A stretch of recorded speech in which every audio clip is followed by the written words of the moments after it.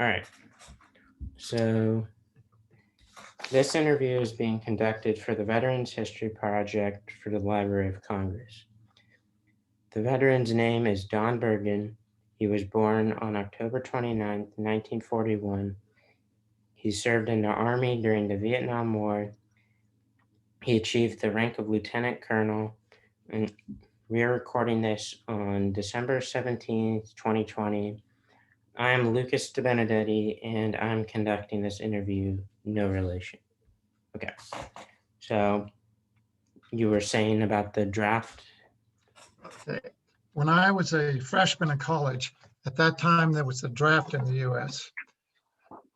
And I knew I was going to serve my country either as an enlisted man for 2 years or as a second lieutenant or a lieutenant for 2 years. I thought it would be better experience doing it as a young second lieutenant. So I joined ROTC at University of Notre Dame and stayed with the program for 4 years. Towards the end of my 4 years there, I had to decide what branch of the Army I would join. And my brother-in-law, who was in the service, recommended that I go in the infantry because I would get better experience dealing with people rather than systems or machines. So in July of 1964, I was at Fort Carson, Colorado with the 5th Division. This was 1 year where the Army experimented not sending young officers to the basic courses, which is where they learn their particular branch, what the duties and obligations are. They sent us right to our units. It was kind of an OJT project. Well, it turned out to be a failure because they only did it 1 year. The reason they did it, they found out young officers who came in right away tended to stay in the service. And those who came in 8 or 9 months after they graduated tended to get out at the end of 2 years. But it was a failure because we couldn't be deployed. We hadn't gone through the infiltration course and a bunch of other things. So it was a rocky start. The only smart thing I did, I went to the first sergeant of my company. That was Company B of the 1st of the 10th Infantry. And I said, First Sergeant, 30 days ago, I was a college senior. Now I'm a second lieutenant. So any help you can give me and advice, I would appreciate it. And I told my platoon sergeant the same thing. So those two sergeants trained me for 2 years. I eventually became a first lieutenant and worked in the S3 or operations part of the battalion.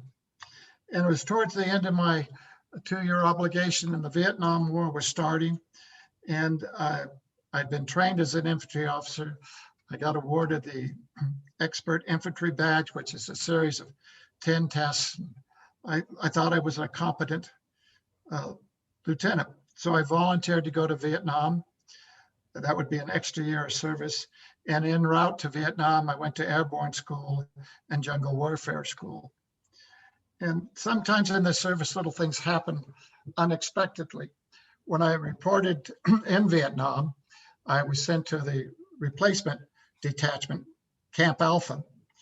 And the first day I was there, about 2 in the afternoon, there was a call over the PA system. Lieutenant Bergin, report to the orderly room. And I hadn't been in country long enough to have gotten any trouble. So I was a little curious. And my old battalion commander had invited me to dinner that night. He was in charge of assigning captains and lieutenants to different units in Vietnam. So we went to the top of the Brinks Hotel, had dinner out on a patio, and I could see these rockets and artillery fire going all around. And I asked myself, why am I here? And I had reservations for a few minutes, and then I was talking to Colonel Preston. And he asked me where I wanted to go. I said, well, I just finished airborne school, preferably an airborne unit. And there are 2 units I could have been assigned to, the 101st or the 173rd Airborne Brigade. And he recommended the 173rd because they had fixed base and they weren't living in tents like the 101st. So I reported to 173rd and I was assigned to Alpha Company, 1st 503rd. And I was a platoon leader there. The hard thing about the infantry in Vietnam, the living conditions were out in the field were very difficult. Everything you had, you carried on your back in a backpack, probably 40 to 50 pounds, extra mortar rounds, supplies. You got your C rations, and they're heavy. So you went through and threw out the rations that you didn't want to carry for 3 or 4 days. And you poked holes in them so the VC couldn't use them. And there was a little thing I can remember calling, it was a P38, a little handheld can opener. And you wore it around your neck so you wouldn't lose it. You slept on the ground. Some of us had air mattresses, but that was extra weight. But I did carry an air mattress, and it helped during the rainy season to keep the water off you. You took malaria pills. It was just a very physically rigorous life.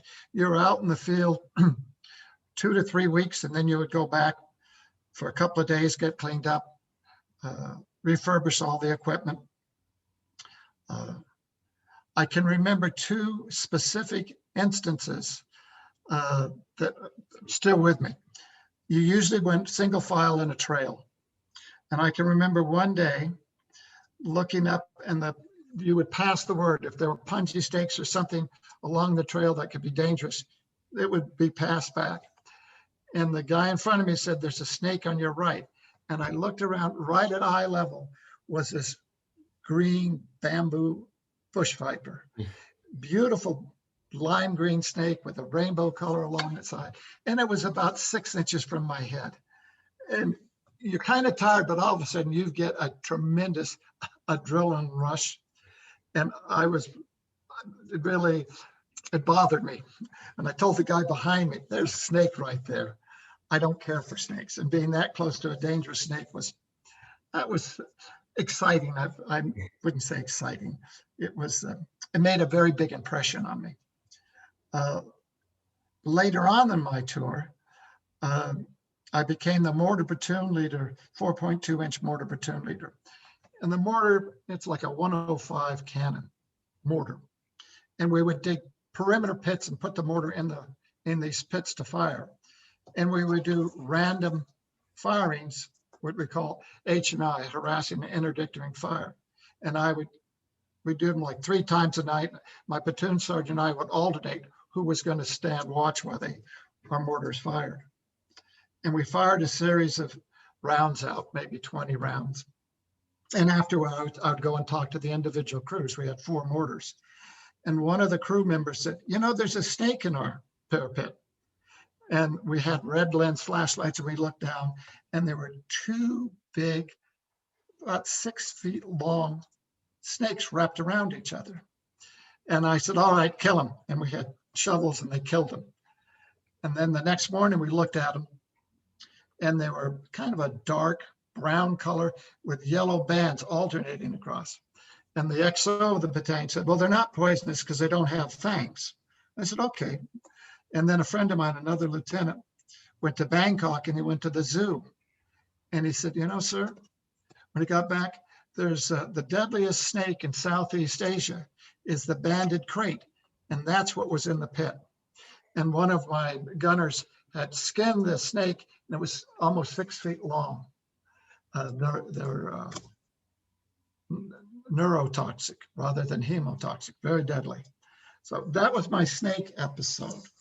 One of the things you think back on it, the people you met, I always remember my RTO specialist, Bugsby. And he, great guy. When we stopped overnight, he would always start the foxhole for the 2 of us. I can remember one time we got mortared, and my RTO said, "Sir, the company commander wants to talk to you." And I'd been asleep. I'm so tired, I slept through a mortar attack. And he called up and asked me, he said, "Do you have any casualties in your sector?" And I told him, "Wait out." I asked, "Did we have any casualties?" And we didn't have any casualties. But that's how tired you can be from the hard. It's a rigorous life. I did get wounded. It was a mortar, had malfunction, exploded over us. It's one of our mortars. And it exploded, and I got some shrapnel in my back, but I was wearing a backpack, so it wasn't too serious. But that's how I earned the medal. It's in my experience in the Army, in the infantry, most of us are officers enlisted. We do the job and do it as best we can. It's been my experience, one or two of my officer colleagues were warriors. They liked the thrill of going out. They enjoyed it. I can never say that I enjoyed it. I endured it. And I think most people endure rather than enjoy.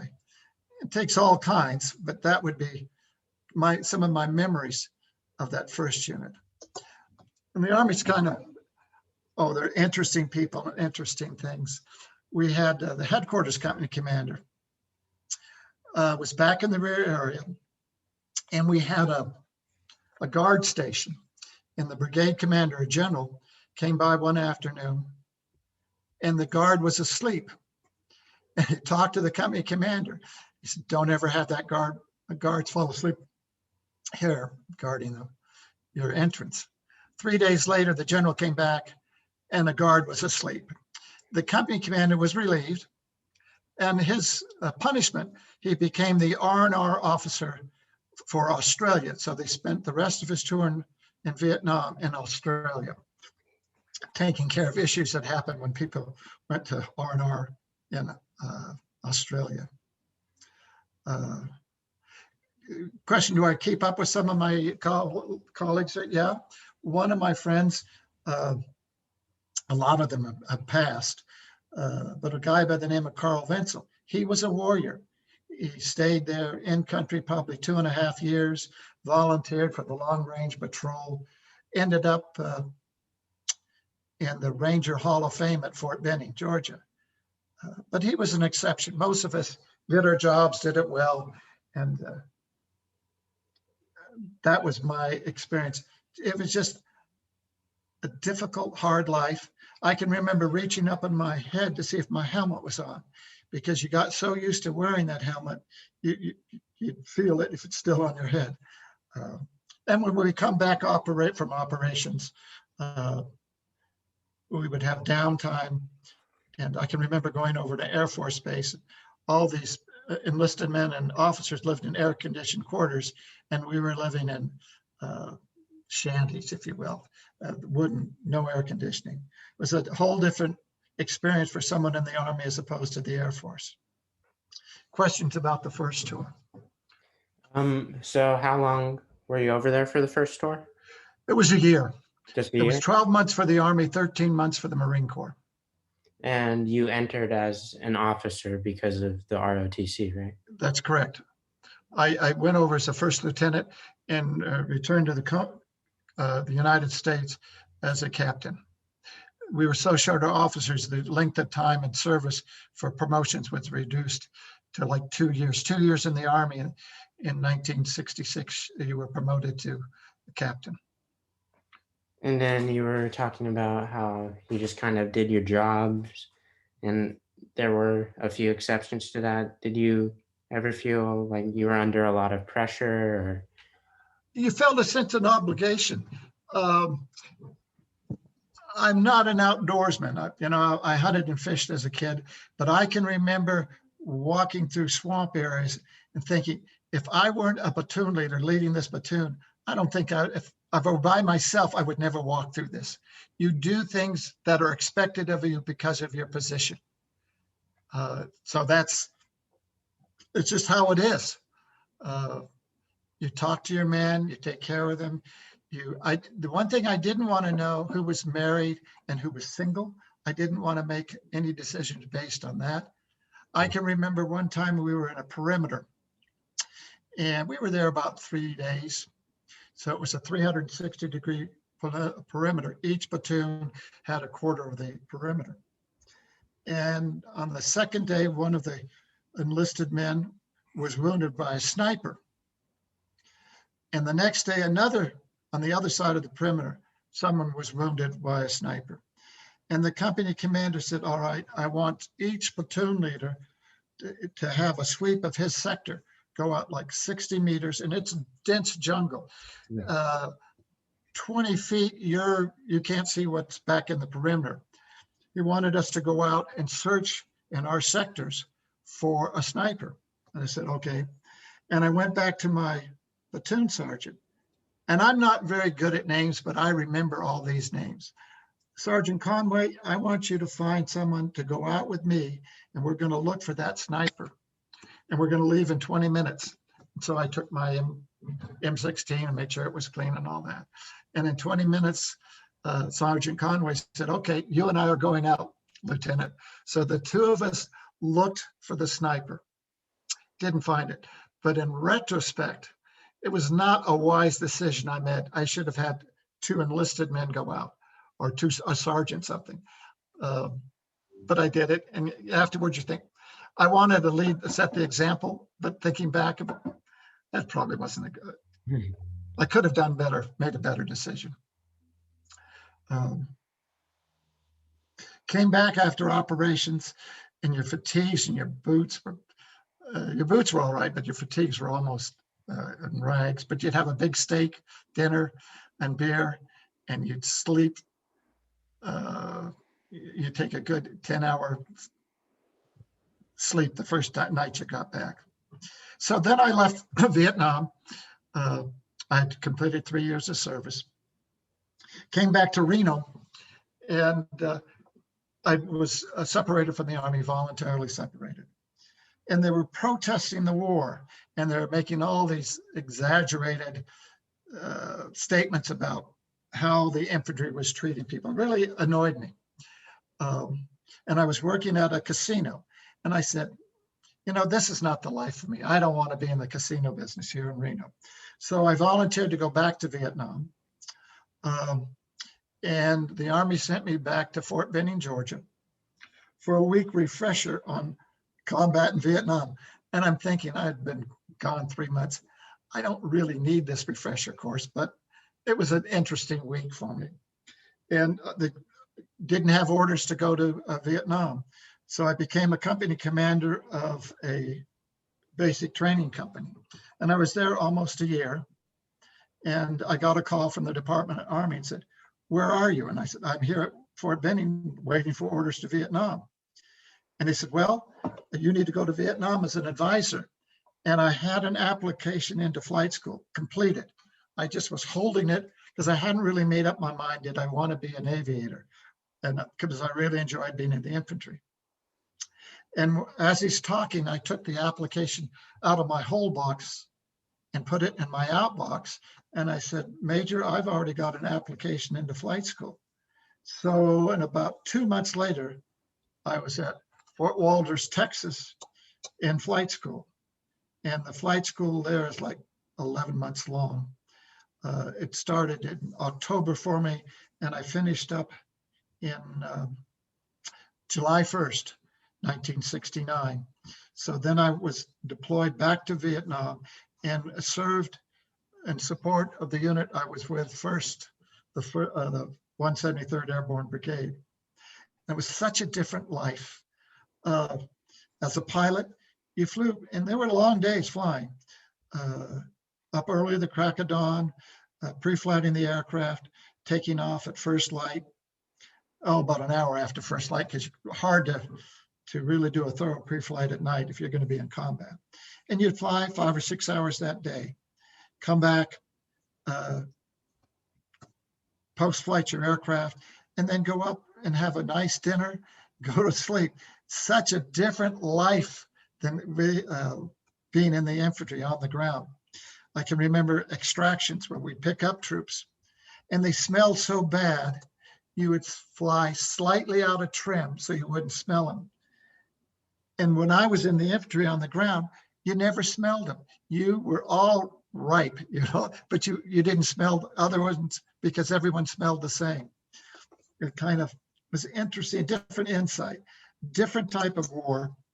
I used to think that pilots were such kind of heroics, but we weren't. We did everything that we were asked to do. I did nothing more, nothing less. You'd fly different missions. I flew reconnaissance on a pipeline, low level to see where make sure the VC hadn't tapped into the pipeline. And you're always concerned about a wire strike. They could take comma wire and stretch it across trees and get your rotor blades and put the aircraft down. But it was a fun flight. Doing snooping missions, people sniffer. You had a device in the front of the aircraft that could smell the ammonia. You flew slow and low. You had 2 gunships above you and a third aircraft, would be a flight of 4, marking the map where you were. And as you would fly low and slow, if there was a lot of ammonia in the air, they assumed there's a urine down there, and troops were down there, and they would mark it. That was a fun type mission. Never got shot at, but you were very vulnerable because you were going slow and low. The first time I made a hot insertion where there was expected enemy, we had gunships alongside of us, and one gunship set off rockets, fired rockets, and I hadn't expected that.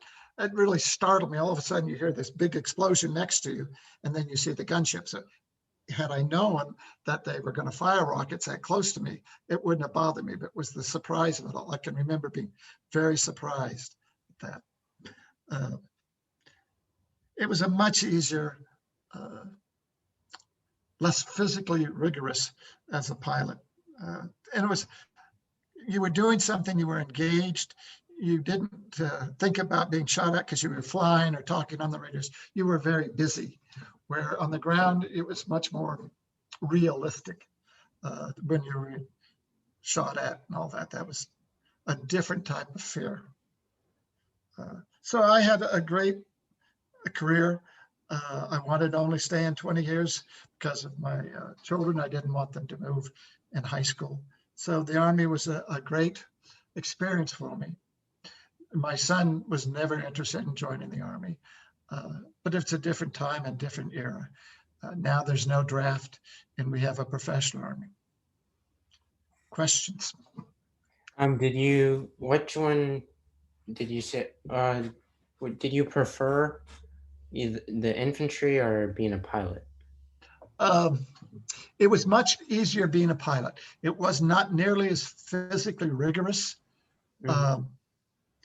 It was, and it's when tracers are flying, it's surreal when you're flying. You're busy flying the aircraft. You don't have time to think about, oh my, things are going wrong here.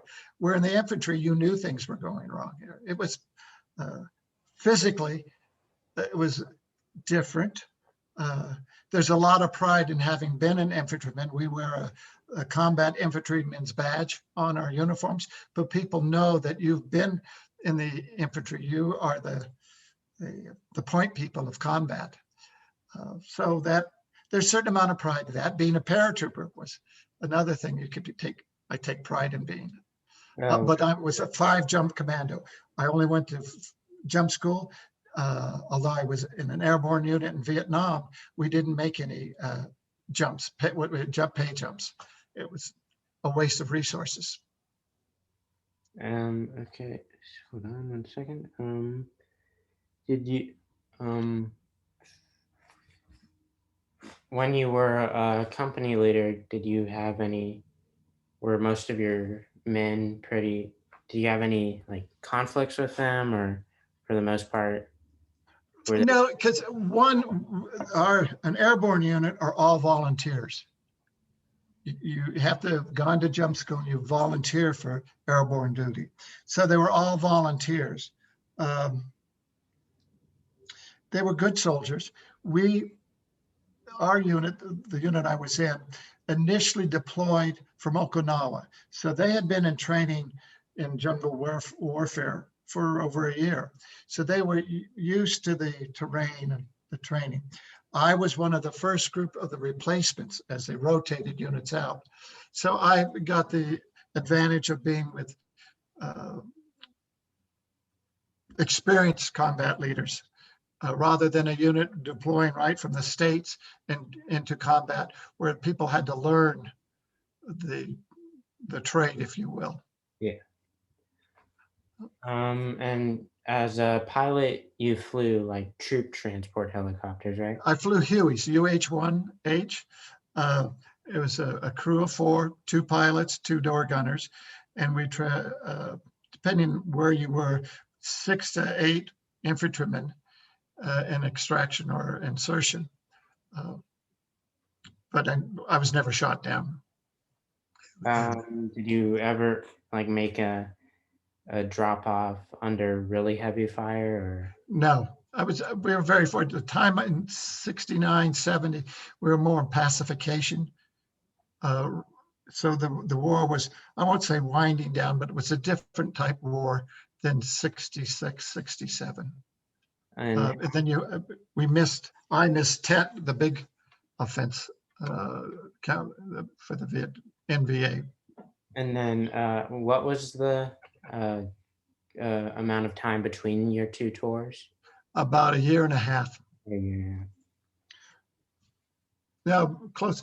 Well, 1967 and back in Vietnam in 1969. So 2 years. Okay. And then your only real combat injury was that mortar, right? Right. And did that put you out for a period of Oh, time? I was in the hospital maybe 2 weeks. Worst part about that, 3 times a day, I got a penicillin shot. And they'd run out of small needles. They had to use a bigger needle, and they gave it to you in the fanny. I can remember looking back, and my fanny was like a strawberry. It was all red with a puck. And you'd wake up before the shot because they put a lot of penicillin in you. It was not a comfortable shot. So, I mean, you remember that. I remember writing home to my parents on a Red Cross stationery saying all is going well. And when I sent it with the Red Cross stationery, they figured out I had been slightly wounded. Later on, I told them that after I got back. The hardest thing is for people back home. They always think you're being shot at. They always think you're in danger. And that's not true. I would say only 5%, well, a small percentage of your time are you really in danger. Which one did you find to be more dangerous, as a pilot or as an infantryman? Well, it was different phases of the war. So when I was flying, it was most of the pilots who were killed while I was flying were through pilot error, flying at night, rainstorms I remember investigating a helicopter crash of the 129th Aviation Battalion, assault helicopter company. And they flew at night in a rainstorm and flew into a mountain. And they were supporting the Koreans. And the Koreans had called what we call a tactical emergency. They needed a POW to be transported back to the Korean headquarters. And that could have waited until the next day. Should have waited until the next day. But when you get a tactical emergency, and I flew on 2 of those, you just do it. It's a requirement. That's part of your job. And either as an infantryman or as a pilot, did you have any kind of special good luck kind of? Oh, now I saw in your questions here, good luck charm. No, I didn't. I lost 8 people I knew well were killed in Vietnam. And you think about them and their lives. 4 of them were in the 1st Battalion that I was assigned to at Fort Caution. 3 lieutenants and 1 captain, 2 West Pointers, ROTC and an OCS. The saddest one was a OCS lieutenant, Dave Devers. He was captured by the VC, held a prisoner for about 6 months and eventually executed. The others died relatively quickly. And Dave left a wife and 2 children. So that you think about those. One of the people in my first tour was a chaplain named Charles Waters, Watters. Very quiet, humble man. He was a Catholic chaplain, and I would used to help him serve Mass and all that. We became friends. And at the end of my tour, I was the adjutant, assistant adjutant to our battalion. And the battalion XO gave him a rating. And he commented he wasn't sure this man had physical courage. And I, even as a young officer, said, I don't know whether I would ever say that. But he transferred to the first, I think it was first 502nd. And they were surrounded at Dak To. And Chaplain Waters went out and pulled people back, got wounded, and continued doing that. And a Marine F4, the Air Force FAC and the Air Force support had flown out, and the Marine F4 had some munitions, and it was given general directions of where the unit was. And it dropped a 500-pound bomb in the center of the perimeter and killed Chaplain Waters. And Chaplain Waters was awarded the Medal of Honor. And when I took my son to Arlington, there's a place called Chaplain Hill where most of the chaplains are buried. And I talked to him about Father Waters and where he was. We went to his gravesite. So you remember those things. You never know who's going to do be the hero, you know.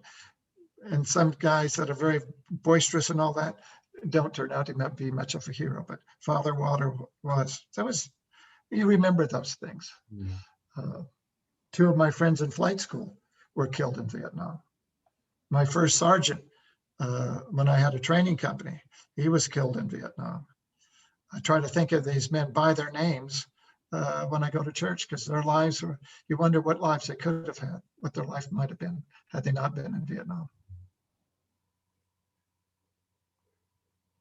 And did you keep in touch with family and friends? Yeah, both from flight school and the first tour. We send Christmas cards. I call them occasionally, but a lot of them are dying. Not so much from Agent Orange, although we were exposed to Agent Orange, and I've gone through the Agent Orange profile, but I have no after effects from being Agent Orange.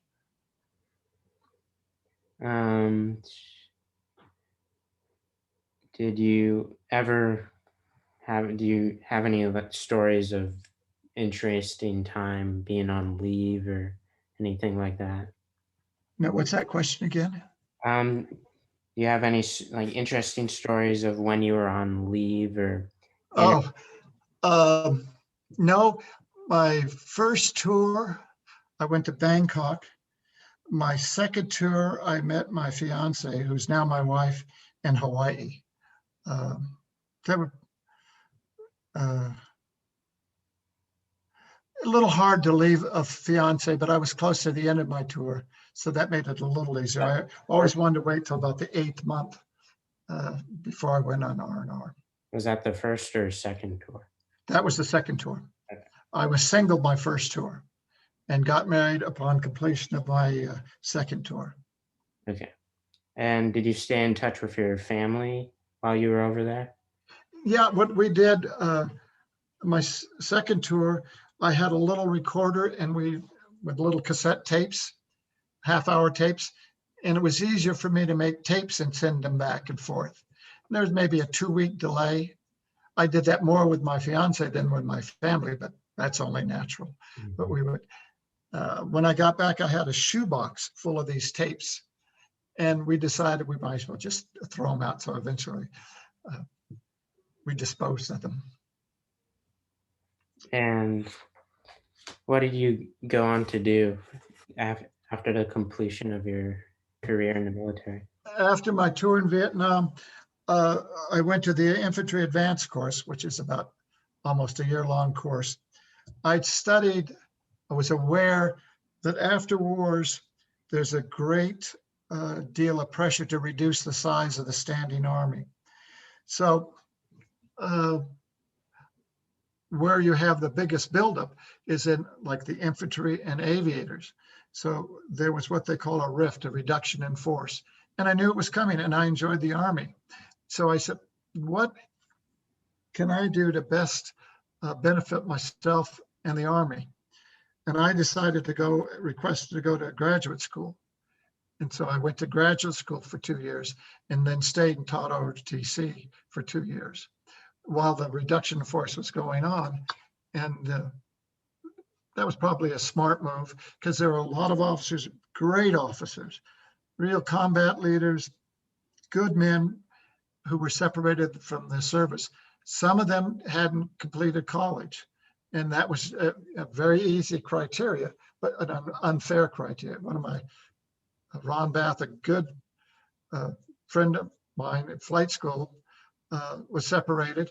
Fortunately, because he was a pilot, he became a warrant officer. So pilots did have some advantage. They can go from a commission rank to a warrant rank and finish a 20-year career. So, or for a warrant officer, could even be longer than that. So that was after graduate school at ROTC. I went to Korea. I tried to convince I told the Army, hey, I already have 2 short tours. And they said, every other major that's going to Korea has had 2 short tours. So we're not picking on you. I really wanted to go to Europe, but I never went. I never had an assignment to Europe. So you stayed in the military like for 20 years. 20 years. That's when you can get a full retirement at 50% your base pay. So you have your medical care. Yeah. So you pretty much stayed in the military for 20 years. Then I came back to home to Reno, and then I went into business for myself and did a variety of things and retired. I'm almost 80 now. I'll be 80 next year. And I retired when I was 67, 68. Have you ever attended any reunions for? I attended one reunion here in Reno. It was with the 173rd Airborne Brigade. It was very disappointing to me. I can remember the color guard, 4 sergeant majors, the highest enlisted rank, and they were wearing the Army green uniform at that time, and they had hair 4 inches below their collars. And I said, if you're going to be in the uniform, you got to wear it right. And I said, and then a lot of them were talking about how they were getting disability pay, getting over on the VA. And I lost interest. I still am a member of the Vietnam Helicopters Pilot Association. And I was going to go to the union this last July in Louisville, but obviously I didn't go. So I stayed closer to the aviation group. It's a smaller community, and we have great articles about things that happened to people in Vietnam. So I find that entertaining, and I can totally relate to that. And the infantry doesn't have that sort of thing.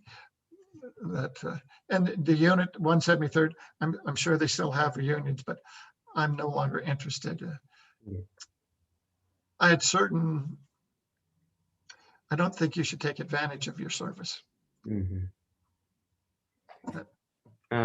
Is there anything you would like to add that you haven't covered yet, or? You know, when you look back on it, it was not a good. There's no such thing as a good or bad war. And at the time, we believed in the domino effect. We were concerned that communism would not only take over Vietnam, but Laos and Cambodia, Thailand. We an extension of the Truman Doctrine in Europe. Looking back on it, that was the 57,000 people who died in that war were cheated out of a better life. But we can't undo that. I have no regrets that I served. Just a little melancholy on the people who lost their lives, and a lot of people who came back were affected physically and psychologically. I never smoked marijuana. Drugs were never an issue for me. In fact, as a first lieutenant, when I was introduced in Vietnam, there was a meeting of all the new lieutenants, and they were briefing us on the situation report and the climate and all this. And there was an NCO on the back, a non-commissioned officer, had a big brass bowl, and he lit it and brought it to the front of the room, and there was this smoke aroma. I didn't know what it was. The Army knew that lieutenants of my generation my did not know what marijuana was. And so they wanted us to be able to recognize the smell of marijuana. So if our men were smoking, we would be aware of it and take appropriate action. In our unit in 66, 67, that was not an issue. There was not an issue of fragging in my unit, where enlisted men would frag their leaders if they thought they were incompetent. That was not an issue. 69, 70, there probably, well, I'm sure there was marijuana, but I never came across it in the aviation unit. But that's just my personal experience. So drugs were a problem, but I was not confronted with that issue. Anything else you want to No, mention? have we gone 30 minutes? Yeah, well, about 40. Okay. I did nothing special, and I recognize that. I just did what many, many other people did. So. Well, thank you for your service. You had a very honorable career, and your country thanks you for your service. Just as a side note, when my youngest daughter, when she finished college, she went to San Francisco to learn how to teach English as a second language. And she came to me and said, "Dad, I'm going to Southeast Asia." And I said, "That's fine." She said, "But I'm going to Vietnam." And I said, "I'll have to think about that." And I thought about it. I said, "Okay, Jenna, if you stay there a year and you want me to come, your mother and I will come and visit you." So she stayed there a year. We went over and visited her, and she was teaching English in Hanoi. Had a wonderful experience. So we went there. The people were very kind and generous to us. We had no issues. One takeaway from that visit was they don't like their government, and they don't like our government. So I could understand that. And we did a tour of some of the areas that I'd been in as a pilot and as in the infantry. So we went to Saigon, which will always be Saigon, and it'll be Ho Chi Minh City to me. And I declined to go into the tunnels, the Cu Chi tunnels. There's tunnels where the 1st Division had headquarters. And I said, no. There's a good book. They marched in the sunshine. It's about what happened in the Wisconsin campus and what happened to a battalion in Vietnam at the same time period. I'm in a book club and we've read that. I'll send you the author's name if you're interested. Yeah. But that is a very insightful book about what was happening on the campus at the same time, what was happening in Vietnam. So, Lucas, it has been my pleasure. I hope I've answered your questions. Yep, absolutely. Have you done any of others of these? No, you're my first. Okay. Well, I wish you the very best of luck, and it was a pleasure kind of reliving my career. Yeah, thank you for your service, and thank you for your time. Okay, well, you have a great day, Lucas. You too. Bye.